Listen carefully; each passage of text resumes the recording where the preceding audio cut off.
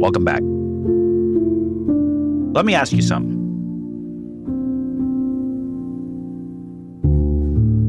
How much good do you think happened around you today? I mean, that you actually noticed.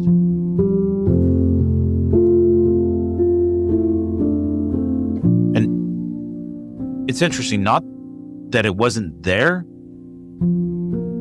but sometimes we don't see it because we weren't looking for it. Think about that. Because right now, in this moment, there are two people walking through the exact same world. Same streets, same weather, same reality. One sees stress, frustration, and problems. The other sees beauty, opportunity, connection. Same world, different focus.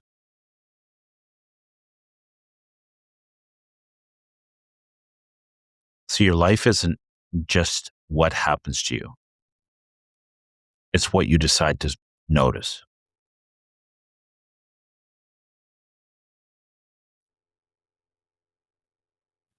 You know, I had this experience a long time ago. And it kind of shows me how you can go through in one day. You can go through amazing steps when you can see incredible things and you can miss incredible things. And I told it like a story. I called it the smile. And it's like one day I woke up and I was just feeling on top of the world. Everything was amazing. I felt so good about life. And I got up and I went outside and the wind was nice. Smell of spring in the air. And I walked to my normal coffee shop. And I walked in and I saw the girl behind the counter didn't look very happy, looked like she was tired, looked like she was having a rough morning. So I mustered up my biggest smile and I said, "Good morning." And I looked her in the eyes and I just gave her this massive smile and her face changed.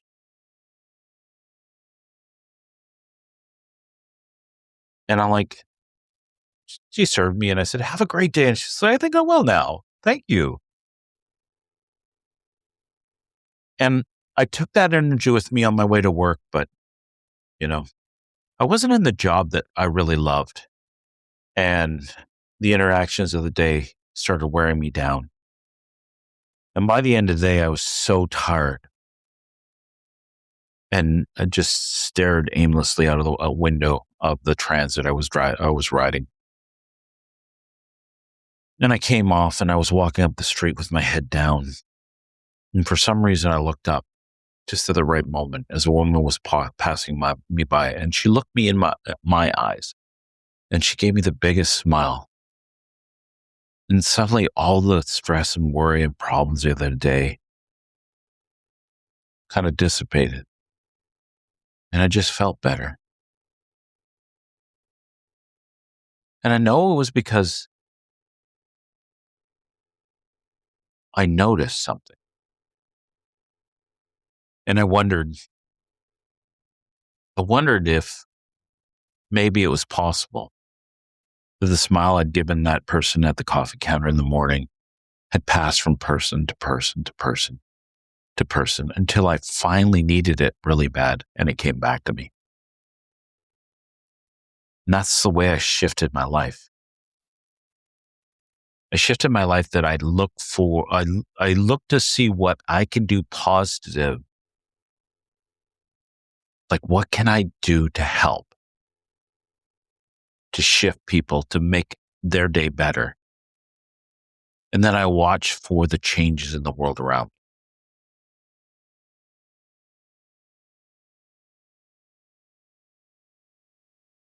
Because your life isn't just what happens to you. It's what you choose to notice. But let's be honest.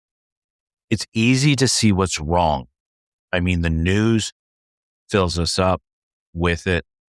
We actually have this part of ourselves called the inner critic or the ego or the sense of identity, which is hyper vigilant to threats. So it's watching for all the negative things so we can be prepared, so we can protect ourselves, so we can run or fight.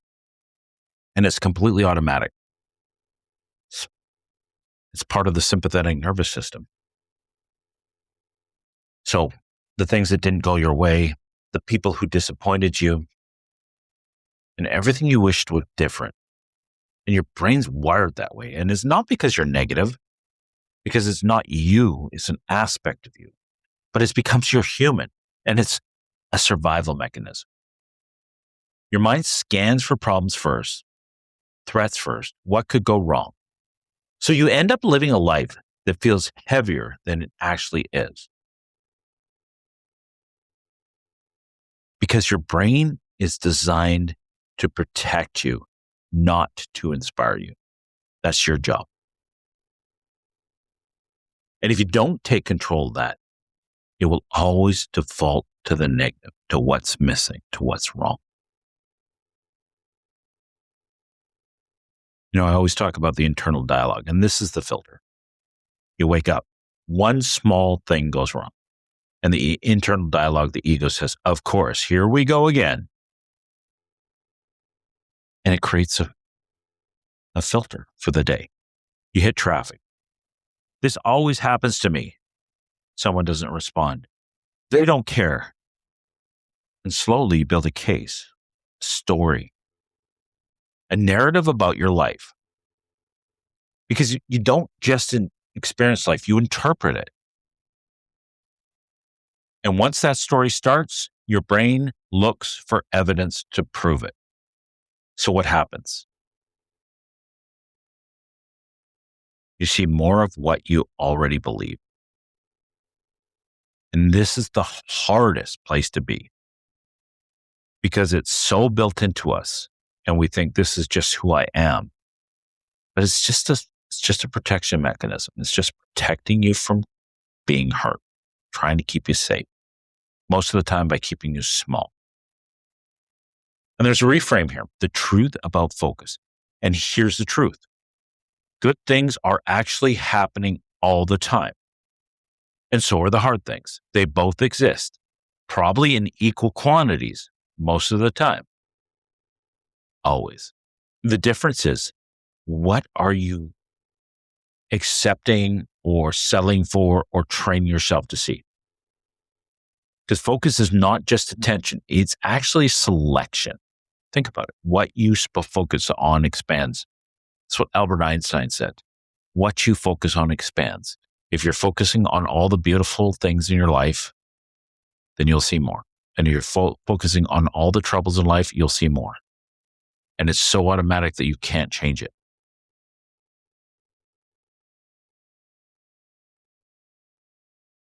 Not without work, anyway. You're constantly selecting your experience, or maybe not constantly, not consciously, but you are consistently doing. And that's not conscious most of the time. It is consistent most of the time. And that selection, it becomes your reality. Have you ever met somebody who's really happy? When I went back to school, before I went back to school, I hit some of the hardest times in my life. And I was just like, life is over. And then when I went back to school, I was the happiest person you've probably ever seen. Just joyful all the time. Not because my life was perfect, because it sure wasn't. I mean, we're struggling financially and stuff. And I was working really hard. And I didn't believe that I was intelligent. So I was scared all the time. But two things struck me very deeply. First off, I'd been through the worst time in my life. So anything was better. It's like I used to say, when you're lying on your back in a ditch, looking up, all you can see is the stars. When you hit the lowest point of your life, every bit of movement is improvement. And I was finally free from just existing and actually taking over my life and working towards something. And this was the time that I got the greatest compliment in my life, which was a failed insult when one of the classmates I had said, "Kimen, nobody's that happy all the time." And I'm like, oh, I felt so sorry for her that she didn't know it was possible. You see, I was moving forward. I was living in possibility. And all I noticed was possibility. So how can you train your focus? And this is where it becomes powerful because focus, it can be trained. The first step, you have to continuously, this is what I mean when I say building your own inner advocate. This is a big part of it for me. You have to interrupt the default. Catch yourself when you're locked onto something negative, not to deny it, but to balance it. Because you can be focusing on all the negative, but you could also say, what else is true, right? You can see all this stuff going on and you can look. I remember I heard a story about a young person who was with her grandparents. There was this horrible accident and there was hurt people, injured people everywhere. And this little one was going, look at all the hurt people. And the grandfather said, look for all the helpers. And the little one scanned again and heard sirens coming and people running with bandages and people putting out fires and people holding people's hands. And she saw, all she could see was all these helpers coming. Same situation, two different focuses. What else is true right now? Find one good thing. You don't have to find 10, not a list, just one in that moment, just one. You find more, that's fine, but just find one. Something small, a breath, a moment, a person, a detail. It's always there if you look for it. Small moments are not small when you actually feel them. Then pause and feel it. This is the part that like really seals the concrete when you stop and feel something. Because most people, they notice, but they don't absorb. They stop and they move on. So what you need to do is stop, breathe, let it in. You see one beautiful thing. Because appreciation it isn't thinking. It's not thinking. Appreciation isn't like conceptual. It's a feeling. And start building that pattern. Look for one on your commute, one amazing thing. Do it every day at work. One amazing moment. Everywhere you go, one little thing. And do it daily. Don't worry about being perfect. Just be consistent. Because when you practice noticing, you become surrounded by the thing you're looking for.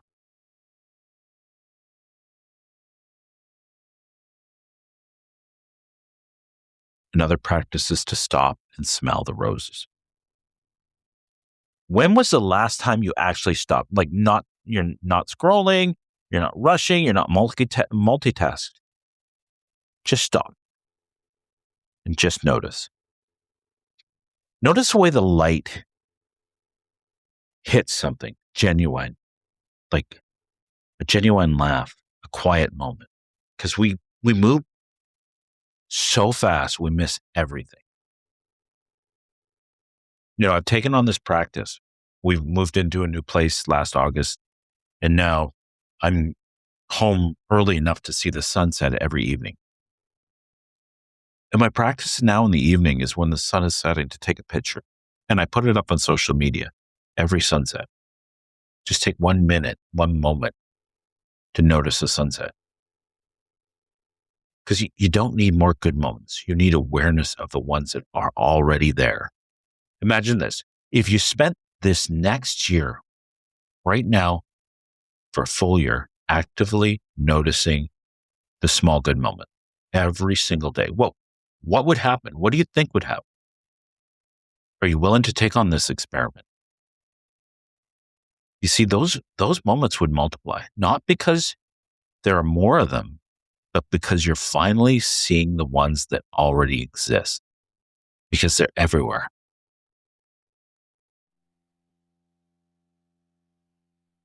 But let's be clear. This is not about pretending everything is perfect. No, that's toxic positivity. Some things are hard and some things hurt and some things are unfair. You don't ignore that. You acknowledge it fully, honestly. You feel what you feel when you're feeling it. But in the same breath, in the same feeling, you don't let that be all you see. See, reckless optimism is acknowledging everything that's going wrong in your life and yet still choosing to be optimistic. And optimism is not denial, it's direction. And you can't say, this is hard, and I still believe things can get better. And that's strength. That's the genesis of strength, belief. So from this point forward, you live differently. Not changing everything around you, but by changing the way you engage with it. And you become someone who notices, someone who appreciates, someone who feels, not occasionally, intentionally. A beautiful life is built on noticed moments. Because the truth is, everything's happening all at the same time. But your brain can only focus on so much. So it creates a filter. And the filter is what your intention, what you're looking for. And you can change that filter. It takes work, but you can. You can start looking for the things you want to see. So here's the question. What if you're okay just as you are? What if nothing in your life had to change? At least for your experience of life to completely change. You don't have to change you to change your experience. What if it was already there, just waiting for your attention? Because it is. Because everything is happening right now. Equal beauty, equal darkness. What if you stop watching the news so much? Because for some reason, they want to feed you a whole bunch of negative stuff. And people say, well, I need to be informed. Well, maybe take a look at the highlights and then go and see something beautiful.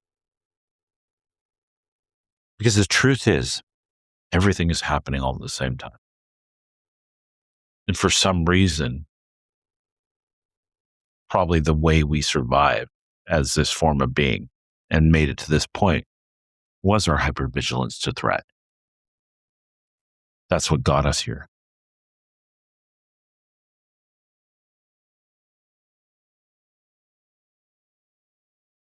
But we have incredible cognition now.